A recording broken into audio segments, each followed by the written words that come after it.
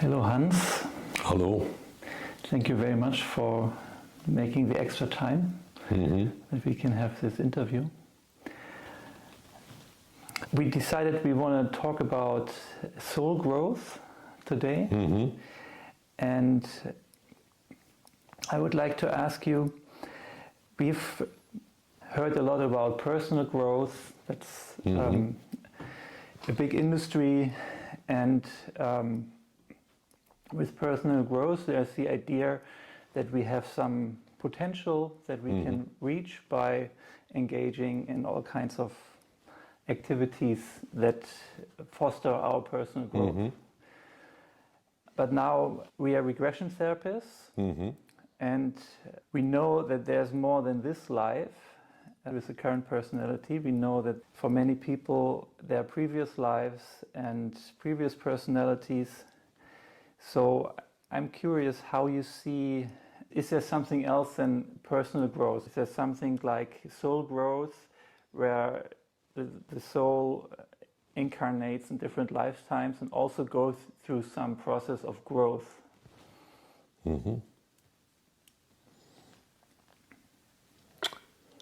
My basic thought about it is that the difference and the relationship between personality and soul is a holographic one.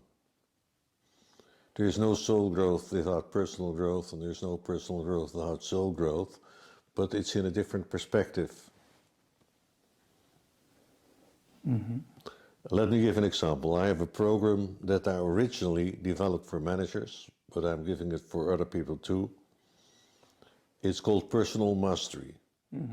What are the aspects of personal mastery? And in that program, there are no reflections on the soul, certainly not explicitly. So that program has 5 elements. The first one is clear-mindedness. Is that personal growth or is it soul growth? It's certainly personal growth. But you cannot imagine that becoming more clear-minded is not meaning anything for the soul. The second one is equanimity, inner calm. Our association with the word soul is that equanimity is more a soul quality and clear-mindedness is more a mental quality. That may be only a question of definition, but there is some difference. The third one is decisiveness. And again, that is both a soul quality as a personal quality. The fourth one is energy, vitality. How much energy do you have? And the fifth one is alignment. Now, alignment is the relationship between you and your life situation. And that is not only passive, because I'm not only aligned or not with the situation I'm in, I can choose a different situation up to a point. Now, all these qualities, if you develop them, develop your personality, but they certainly develop also your soul. By the way, of these 5, I think equanimity comes the closest to what we would call a soul quality. A kind of inner calm, a deep inner calm. So soul development is a deeper perspective on personal development. Are there things we can do to develop our soul that are outside what we call personal development? Let me give a personal example. Not so long ago, I had a very deep experience about a past life as a woman, with a very feminine plot, so to speak. That certainly gives me a deeper feeling, a deeper understanding it's more than understanding it, a deeper resonance with female aspects. Is that a personal development? In a sense it is, but in a sense it's beyond that. Because I don't plan at all to become more feminine. But that is a kind of awareness, a kind of feeling, a kind of experience that is still useful after death. So if you're a bit extreme, I would say soul development is everything you do that will still be relevant after death or in a new lifetime, under new conditions. And you think if you develop these qualities like clear-mindedness, equanimity, decisiveness, vitality, alignment, if you work on developing that, some of that work you can take with you to the next incarnation? I think almost all of that work. Because of this holographic relationship? Yeah, if you have really developed a quality, it stays with you. So of course, when we talk about different lifetimes and what is happening, we talk a lot about karma, which means, to put it very bluntly, that we have to pay off some debts now for things we did before, or we have to learn some things now that we refused to learn before, whatever. But there's also what I call dharma, the positive side of things. It's how the soul develops through the lifetimes. And I cannot say with any... I cannot be completely sure if my list is the good list or a definite list, but for me there are qualities that are developed through lifetimes. And the first one is wisdom, knowledge and wisdom, which is a huge field, which is in a sense more mental development, or if you would call spiritual development and psychological or psychic development, or so, but it's becoming wise is a soul quality. The second one is the development of empathy, compassion. I think that's a typical soul quality. So that may be personal development, but if you want to make this difference, I think that is more of a soul development, empathy. The third one has to do with growing in, well, I don't have a better word, in force, in strength. And what kind of, not physical strength? No, certainly not. Like mental strength. Strength of will, or? Not only will, but strength is to be able to deal with resistances, with difficulties. Sometimes strength is in not going mad. Many people who are in war situations and see terrible things happening about them, they may go mad.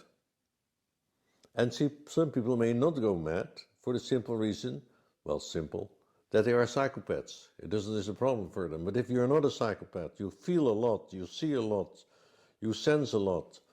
It can be horrible experiences. Yes. Can you survive that mentally? Do you still have trust in life? Or do you think it's all meaningless, etc.? Anyway, that we can have different opinions on that. So it's but some people have more strength to cope with extreme situations. Is it resilience, a kind of resilience? Absolutely, absolutely. Yeah. Yeah. So there was the three: wisdom, empathy, strength, resilience. And then there's a whole plethora, a whole area of all kinds of skills that are not only for this lifetime. For example, music. I am personally absolutely sure that a guy like Mozart was involved in music in lifetimes before. Yeah. And you have, of course, child prodigies. especially also in music. They have done it before. Sometimes you have child prodigies in languages that speak languages with ease in 3, 4, 5 years. Yes. Now, is it a soul quality? It's a bit too technical to call it a soul quality, but it is something that is deeper with us than only superficial. I think it becomes a soul quality, by the way, if the speaking of many languages gives you also an entrance to different ways of thinking, different ways of feeling, different ways of perceiving, of living. So this is kind of dharmic development. Yeah. And by the way, there is one special set of skills that I would call soul qualities. It's what we call psychic skills. The skill of clairvoyance, of sensitivity, of healing. Those are investment in depth, so to speak. Yeah. When I hear the word dharma, dharmic actions, I also think of doing the right thing. Yes, sure. Because you talked about qualities, but what role does dharmic behavior play in soul growth? Like, I would simply say it's kind of not being egoistic. Oh, but well, also, I talked about, for example, compassion. yeah. Absolutely. Usually, when you develop qualities, when you develop talents, you don't do that for yourself alone. I can be crazy about music, but I can create something with music that is wonderful for other people. Let's assume I'm crazy about music, but I never want anybody to hear my music. Well, that would be not very dharmic. That would be a bit strange. But for example, it seems that some souls have an affinity with building things. And for them to build something is more than just engineering or just technology. They may love well-designed buildings, for example. They may be, yes, there's a kind of passion of love with the subject. That is also maybe the difference between personal development and soul development. It's soul development when there is more to it than only knowledge or only skill. That there's a kind of personal relationship with it. Do you use the word love? Rarely, because I think it's a very slippery word. So I prefer things like empathy and compassion and friendship. But it goes in that direction. If I would give it a general characteristic, I think love is when you step outside your own borders, outside your own worlds, that you are opening up for something else, both receiving and giving. You can look at some animals with love. You wish them the best, and you may have tender feelings, whatever it is, and people can have love for nature or for the sea, but certainly also, of course, for other people.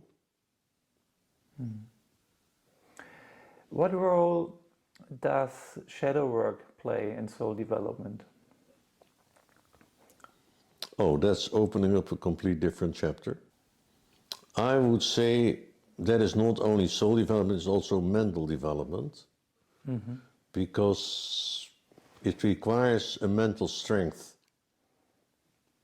First of all, simply to look into the mirror and see your own shadow side requires mental strength. Acceptance of the facts. By the way, very many people, especially spiritual people, may look down on soldiers, warriors, etc. And it's very understandable. But in those roles, you have to develop strength and you have to develop a very clear perception of facts. You have to face the facts. To face the facts or not facing the facts is one of the most important mental qualities we can have. For survival. For survival. For example, for survival. Yeah. Yeah. But for example, I have to be able to look in the mirror and see I've been a damn fool. What I do with that is, but I have to realize that was stupid. If you cannot face that, you don't learn. Face the facts, and of course, sometimes the most difficult facts to face are the facts about yourself. So it's also look in the mirror. And by the way, this is a big jump, but I'm reminded of work in constellations, organizational constellations, where one of the experiences is that very often the key of the problem is that something is not seen, something is not dealt with, something is not accepted as a fact. So the first rule is open your eyes. Now, to open your eyes, is that a personal development? Certainly, but that goes deeper. And for example, it's possible that I open my eyes for certain aspects of my life, for certain things around me, but not for others. And maybe one of the most important things in my life is that I learned to open my eyes to see things that I was not able to see before, or didn't want to see before. Yeah. To see more is something that's not only mental, it's also something to do with acceptance. It has strong soul connection. To see evil. Yes. And also see evil within ourselves, especially. Yeah, hopefully not. But if it's there, you have to see it. Yeah. Yeah, and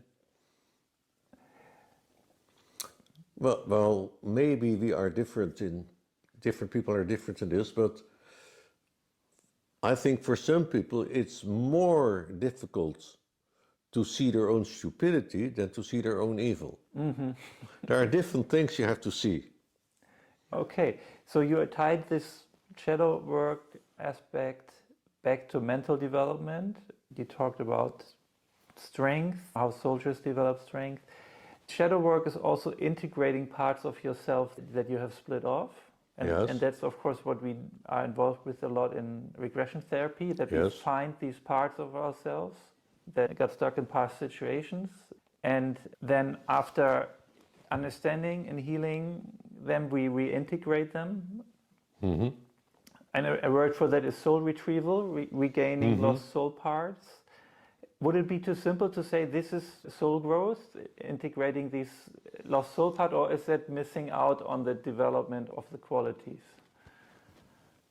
No, it's Or is it just a different tremendously perspective? important aspect of soul growth is to find back the lost part of yourself, or the forgotten parts, or the suppressed parts. And what I'm wondering is, could you say that that's also all of soul growth? Because you can have this idea that once we have found all our parts, we are back to some kind of completion, some kind of unity Yes. state where maybe we once were. So is it all you need to do to reintegrate your parts? To find and reintegrate your Well, parts? it's difficult to define need, what you need to do. If you integrate all your parts, things become a new ball game. I think if you integrate all your parts, if that is possible, you are free to go from where you are now in whatever direction you want. And it depends on your preferences, your ambitions, your curiosity, where to go next. I think it's a bit theoretical, but maybe it isn't. Maybe there is a situation possible that all the open ends have been closed. But anyway, it means that you are free. And then everything depends on your ambition or your love. What moves you, where you want to go.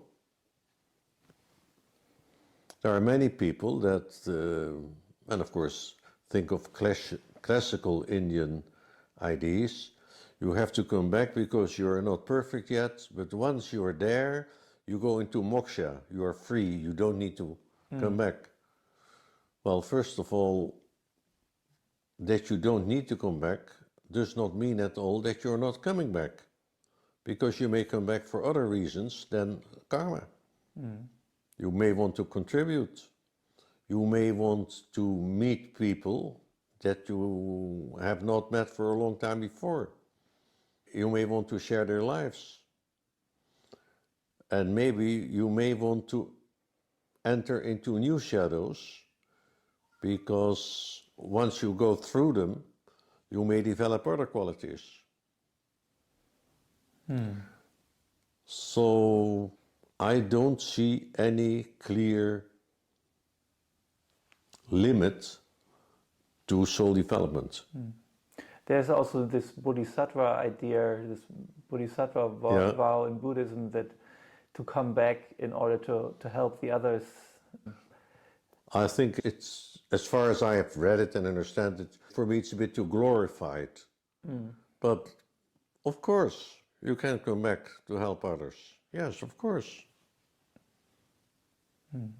And it's even worse, coming back to help others, you may become embroiled, involved again in difficult or painful things. So maybe you need a few lifetimes to get out of that.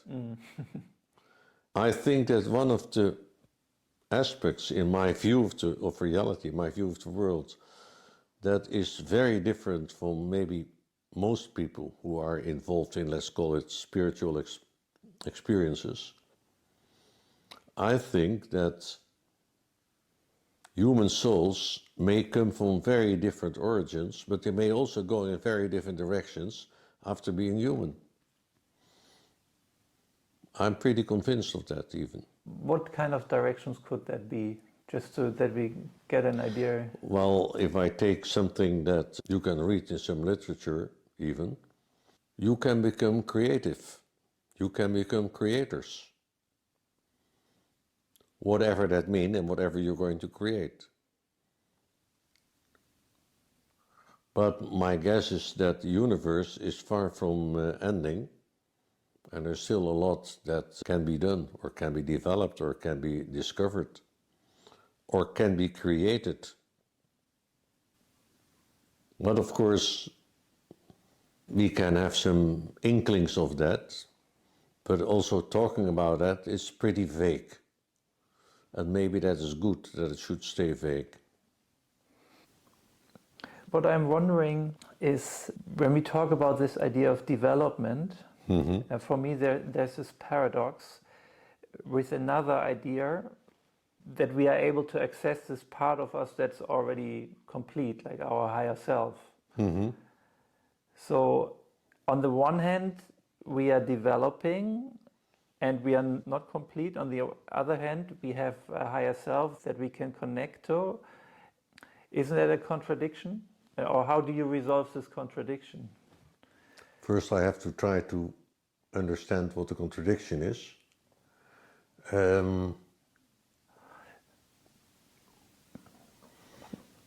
Maybe it's too abstract, but if I understand, to say you come from some perfection, we go through a lot of, let's call shit, then you come back to the perfection and that's it.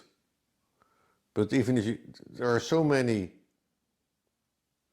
layers of perfection possible, smaller, bigger, simpler, more complicated, I don't think there is an end. At least I cannot see that end. But my guess is there is no end. If I come back, which is in a sense the highest I can do, if I come back to my own source, it doesn't mean that I haven't changed in the meantime, that I have developed. I don't think perfection is a stable thing or completion. Okay, then we break the boundary open and some new problems come and we will complete at a higher level or a different level. And maybe there are very different kinds of completion. We are driven by what we sense as incompletion.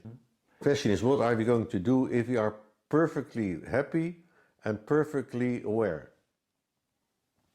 Well, the only thing I'm pretty sure you will go do something else and I will go do. And don't ask me what it is, because I don't know and I don't care. But I think it will be very interesting. So when there are ever increasing levels of completion, Yes. and we have this idea there must be some growth of the soul. Are there stages of soul growth? I know today it can be a little bit of an issue to talk about different stages of development. I think it's worse. There are not only different stages, there are different directions. And maybe somebody is going in that direction, is not developing something that I'm developing, and I'm developing something that they are not developing. I think there are many, I'm pretty sure there are many options. There are many ways to direct. Is there a way for somebody to find out where they are in their level of soul development? Who cares? I mean, you are where you are. What is interesting is to see what do you really want to change, or what is really a challenge for a kind of next step.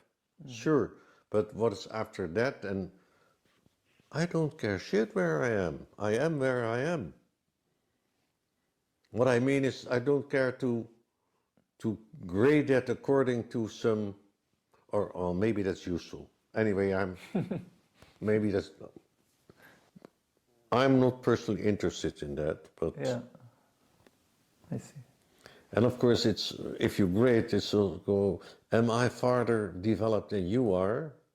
We get comparisons, etc. Exactly. I know of these people that have done LBL, and they then compare the color of the robes of the advisors. The life between lives. Yeah, where- and then some of them, they are higher than others. I think that is pretty infantile. Yeah. So, on a practical level, what can somebody do if they want to engage in their soul development? What's the So the best question thing is, to- what is a good investment? Yes. What is a good investment for after death, for the future? Yeah, by the way, you think that's a good philosophy to say, okay, I live my life not only for this life, but I already live for my next life and the life after? That depends on how you feel about it. Anyway, it's no use to invest in something that is useless here and now. That's, I think, is. But, for example, take a very, very simple thing. I am very impulsive, and that creates problems for me. And I want to become less impulsive.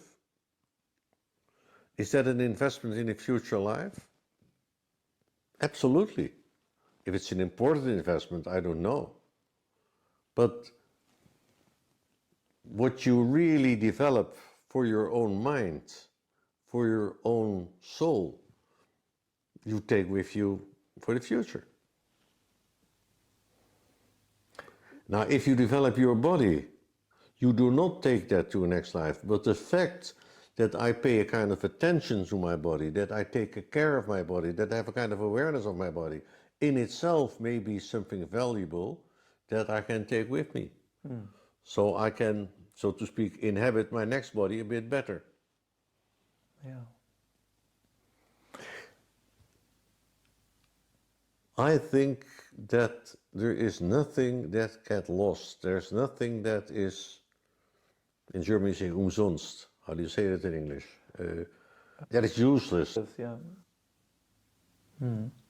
So this example with the impulsivity, does it mean that it's best to invest in that what is showing itself right now as an issue to work on, or as a challenge for me? That seems to me an intelligent and even wise way to go. Now, there are different types of challenges. There are problems I really need to solve. I'm in deep shit if I don't solve them. But it's also possible that there are things I want to do because I'm interested in them. I have a choice, but there's a real interest. Go for that also. And of course, the difficulty is, for example, if you would ask your partner, if you would ask your wife what you should improve to yourself, that answer may be something you don't like, or you're not interested in, or you don't agree to. It's also a question of perspective.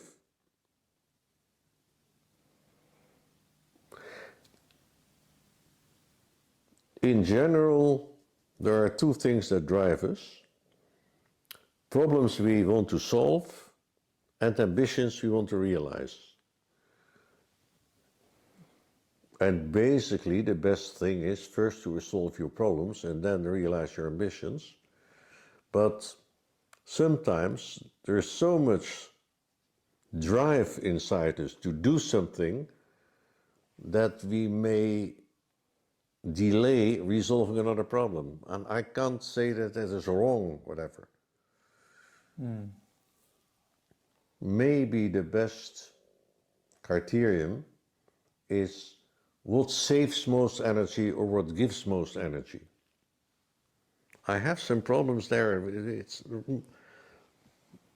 but I'm so fascinated by something else that I want to go there, even if it means that I am abandoning some progress in another aspect. I don't think there's a general rule.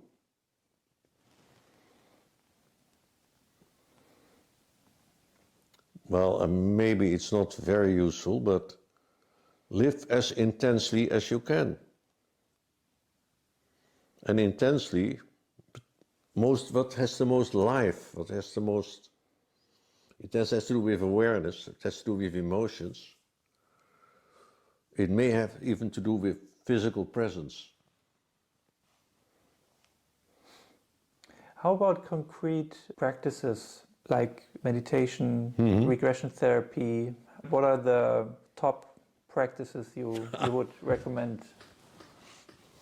Well, I certainly cannot say regression, because that would be preaching to the converted. But that would definitely be high in the list.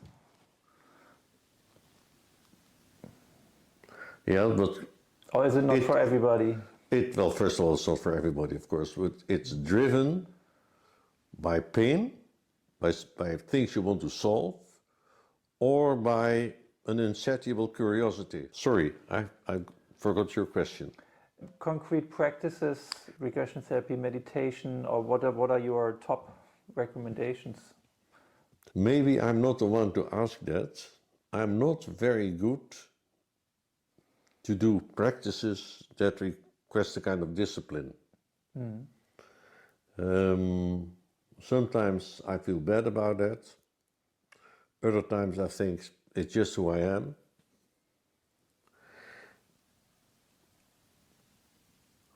I am ambivalent about discipline.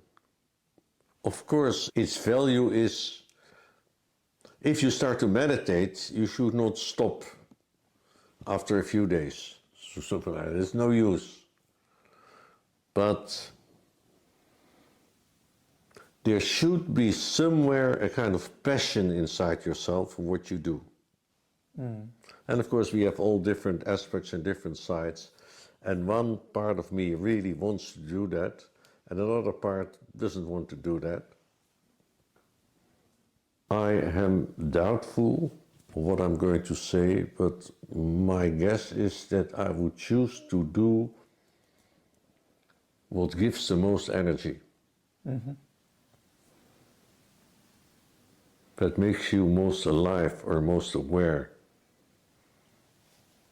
Things that you are passionate about. My personal experience with different types of disciplines is not very good. I find that I'm not very disciplined. What gave you the most energy? What are you the most passionate about?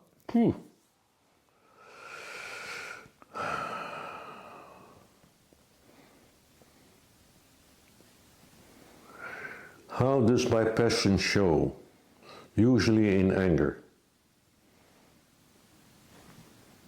I can be angry about unnecessary stupidity. I say unnecessary because, of course, in a certain way, our insight, our understanding is always limited. So what is stupid or not stupid is also very relative. For example, what drives me pretty strongly in regression therapy is the incredible ineffectiveness of almost all psychotherapy and all psychiatry. Yes. Yeah, I can understand. You should be ashamed of putting it on your door. You should be ashamed of having people for 1 hour or even worse, half an hour. And the clock stops, I mean. So I'm not sure if that's a general suggestion, but what are you passionate about?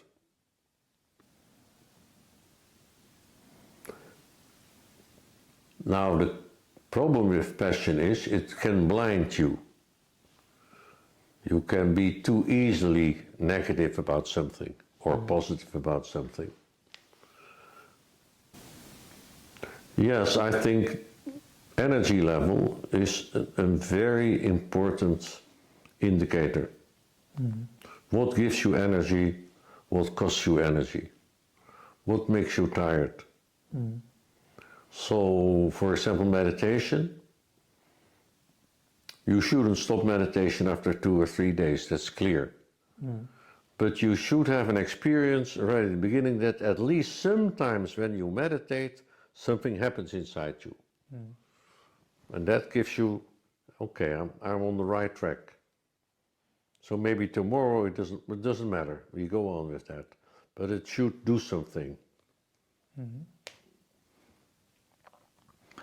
Okay, some other thought. When we do regression work, one way I conceptualize what we are doing, and I would be interested if you concur, is that it's kind of like opening a door to the subconscious, but also to the soul, to the higher self. So when we get into the session, we are opening the door into the subconscious space where we can find the lost parts, the past life experience and everything, but we also are in touch with forces within the client that are helping us. So for lack of a better word, some kind of soul connection, deeper soul connection that's helping in the healing. And it's really amazing how that almost happens automatically once you get into a session. But is that also something, when you talked about qualities, about skills, is that also a psychic ability that can be developed over time? This No. It this cannot be soul- developed. It will be developed. It will be developed. You get experience, and with experience comes development. I think it's almost impossible to imagine that it will not be developed. Now, it can develop in different people in different speeds and in different ways, in different directions. Oh, yes. And of course, that's also part of the interesting aspect. What kind of clients will you get? With what kinds of problems? And there will be an affinity.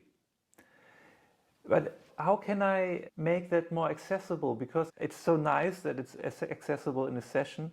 Wouldn't it be also nice if I had that more in daily life, this connection somehow, this deeper intuition? You are a regression therapist. So I would say, go back to a place and time that you had that connection fully. Remember that, relive that.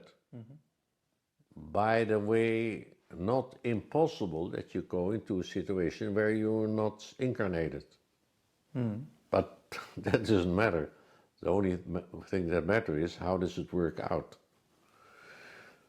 Or to make it one step more professional, I don't care whatever, I take a quality.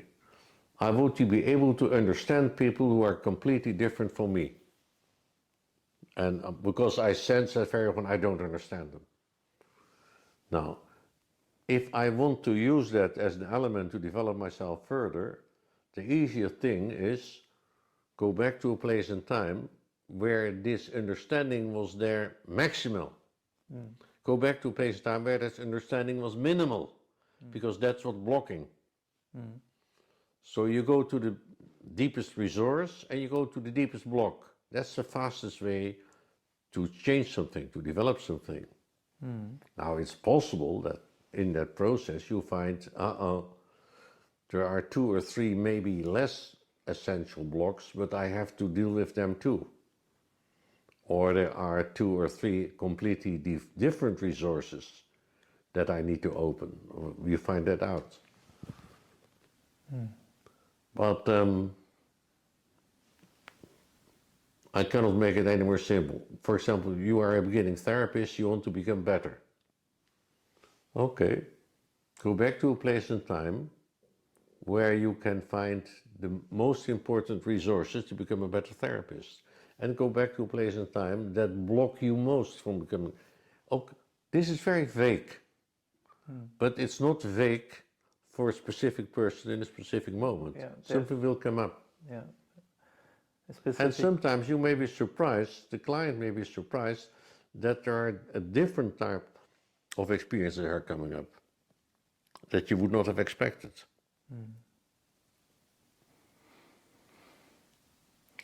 Did I answer it, by the way? Yes, yeah. So basically, if I'm lacking a quality, I can use regression to go back to a time when I had that quality. When you lost that quality, both. Lost it. Yeah. And then I can either anchor the quality more in the present or Yeah. remove the block Yeah. to that quality. And sometimes the blocks are very laughable almost. It is just the critical voice of a dead uncle.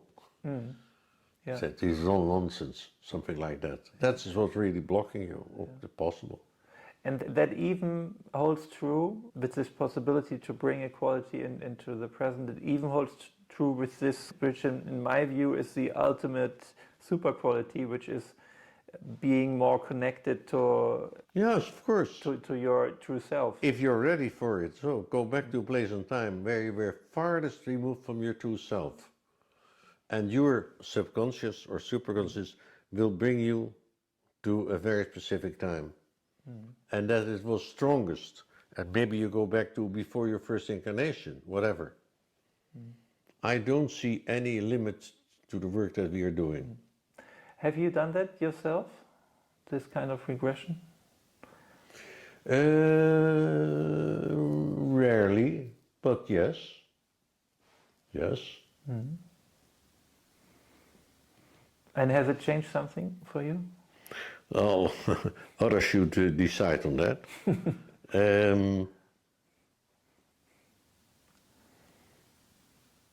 I think what has changed me most are the experiences that happened while I was not looking for them.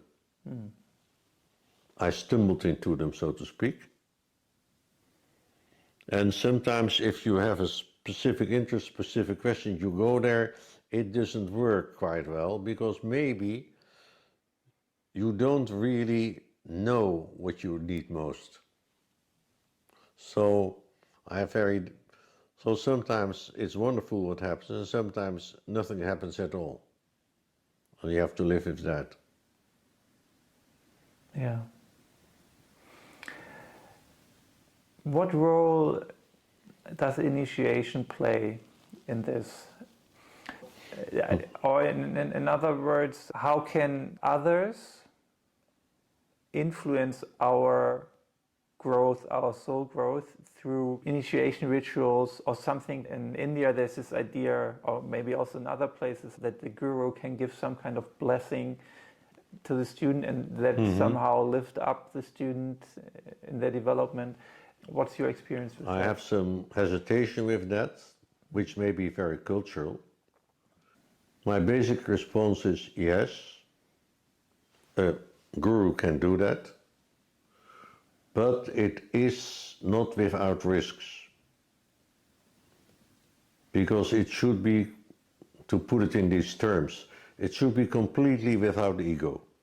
Because the guru can become addicted to the students, and the students may become addicted to the guru. So I think if there's some personal element in that, it should be short-lived. But now I'm getting out of the first question you asked. Yeah, the other aspect of the question was initiation Oh, yeah. experience in general, because I know you have been researching that.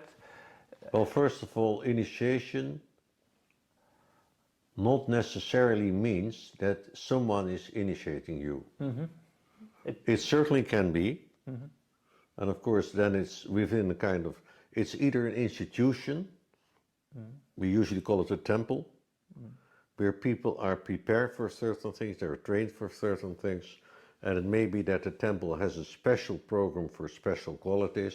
It may also be that they are looking to the candidates, the novices, and find out, oh, here there's this sleeping talent that can be developed, etc. So it's not always very limited. And you can be initiated by nature or by fate or something like that? Yeah. Can you be initiated without somebody initiating you? Yes and no. I guess if there is no person, there is something else. But the typical of an initiation is that you cannot prepare yourself 100% for something. It will be a test. And the rotten thing with tests is that you may fail. So, and also with a typical initiation, even if you would tell someone exactly what's going to happen, and it doesn't work. It's an experience that you cannot communicate. You cannot prepare yourself completely for, and with a typical initiation, there's a real risk that you may fail. So initiation is an experience that is changing the one who has the experience. Well, to give a bit of a clumsy example, the first time you have sex with another person, can you prepare yourself for that? Yeah, you could read books, you could look at pictures, but you can never know in advance, and it changes you up to a point. Or another simple example, if you want to become a doctor, you have to do sections. You have to cut in dead bodies and maybe live bodies of animals, which is, we have to get over a resistance for that. Yeah. And that resistance may have a few reasons, but the fact that you have done it means that you have passed something, that now you can do something that other people are afraid of, for example. That is one of the reasons why a medical doctor has a kind of status. Yeah. Rightly so. Also, if you're a doctor, you cannot say, well, I don't want to deal with faces or urine. If that's what you have to do that. So a lot of initiations have to do with overcoming fear. And the only way you can overcome fear is to be confronted with something terribly, utterly frightening. Yeah. And of course, let's assume you pass that, and you never have this complete fear again. That gives a kind of calm in your life, a kind of, it's also energetically, we are losing so much energy in worrying about things. And I'm not saying that we should never worry, because there are things to worry about. For example, we have children. when my child comes into a kind of problem, I will worry. But it should not paralyze me. I should be able to deal with the insecurity. I should be able to do the things I need to do or I can do as good as I can. So one of the most wonderful things that can happen to any one of us is to be without fear.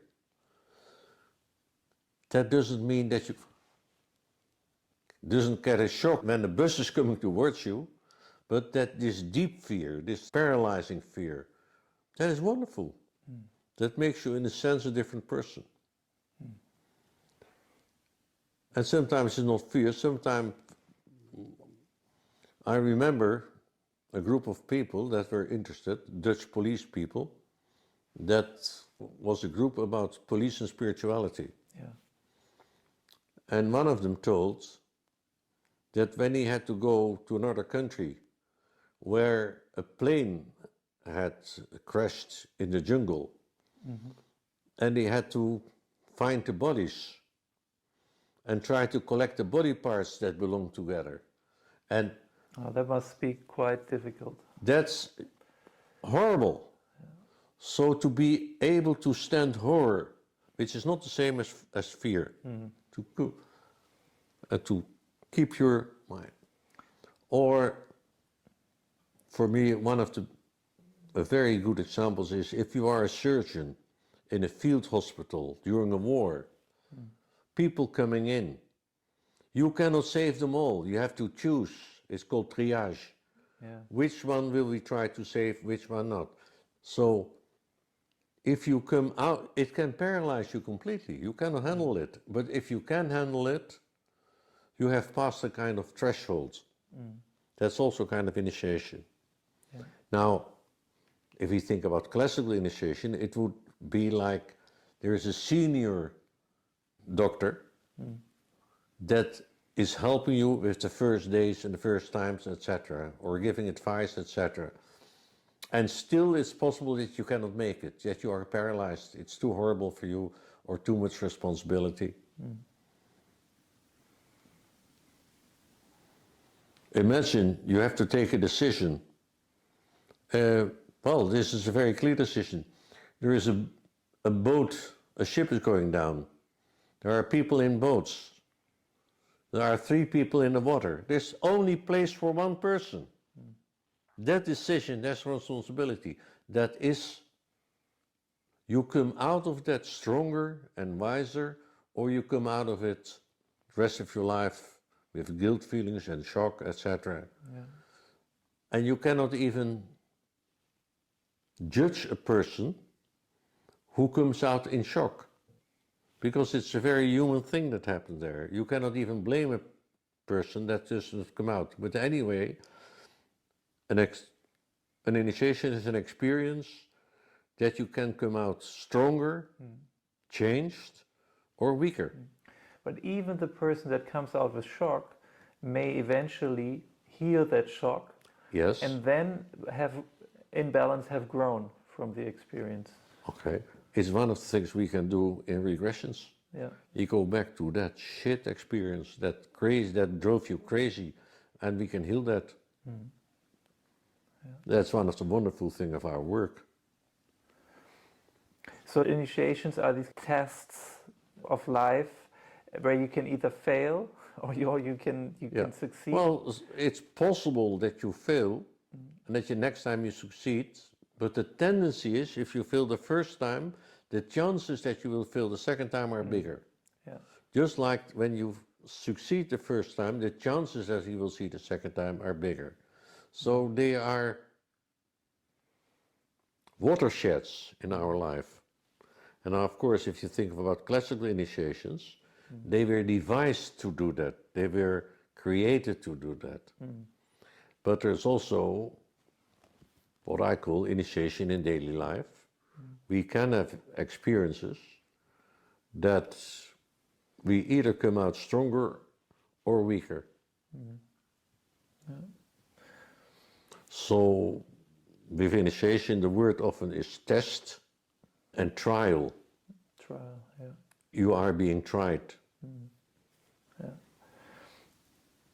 I remember in one of your books, you're talking about these trials, trial by fire, trial by Earth. earth, By water and by air. by water and air.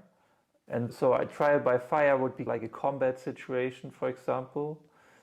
Trial by fire is always that you have to overcome a fear. And the trial by fire may be simply, for example, I worked very often with police officers. What is for them the most shocking experience, the most trying? It is that they find, for example, there has been an accident and there is a very little girl or boy that's dying on the street. They go. Or they heard that some guy has an axe and wants to kill his own wife. And you enter the house and you don't know what you will find. Yes. And you come out different. Yeah. Calmer, stronger, deeper, or more shaky. And trial by earth is when you're When you can't get out, a captive. you're for kept example. in a situation, your powerlessness. Well, it may be that a boy of 12, a girl of 13, finds out that there is something terrible with your parents. But you cannot walk out the door to new parents. You're fixed in a situation. Or you are in the military and you cannot get out, you're Yeah. conscripted. And of course, literally, you can be in a prison, you can't get out. And you don't know when you will come out. I mean, yeah. And then, can you give an example by air? Well, let's first take water. Water means that something you were sure of suddenly disappears. The belief in God. It's gone. You start to doubt. Or a betrayal? Or yes, or maybe even worse, I cannot trust my own mind anymore. Because I thought I saw something, but apparently I didn't see it. And something went terribly wrong. So I can't trust my own mind. But very often you have that in religious feelings, that suddenly what you were sure of, you start to doubt. Yeah.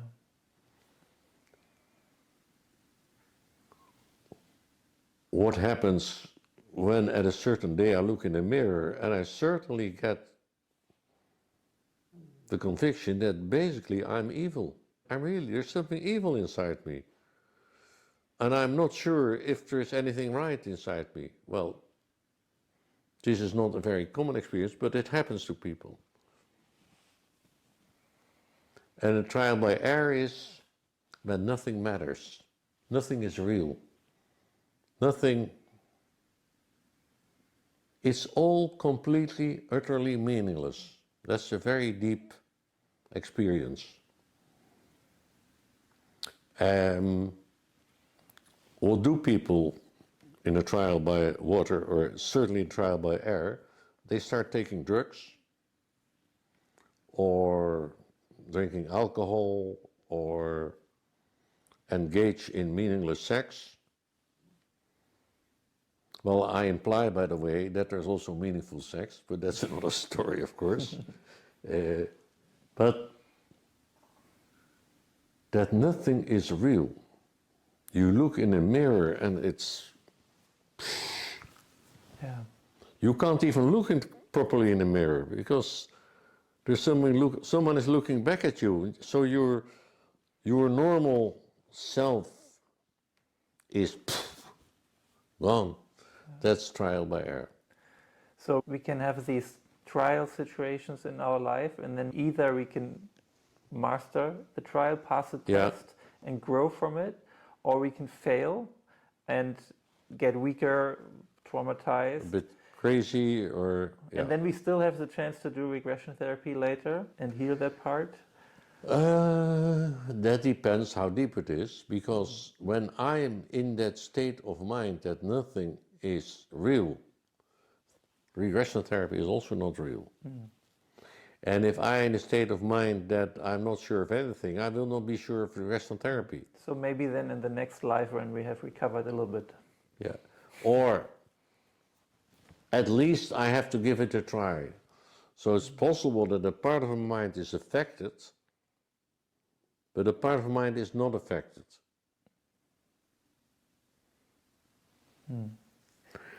And it's possible to get over that also gradually, if you're lucky. Anyway, those are experiences that can stop you from living properly, developing properly, or they can give you a deep calm, and all four, they give a different type of calm if you overcome them, which makes life deeper, richer, fuller, more interesting. And But then, it gives also kind of silence, yeah, because if you have passed an initiation, there's something you cannot communicate with people that are not initiated. So it may give a kind of loneliness,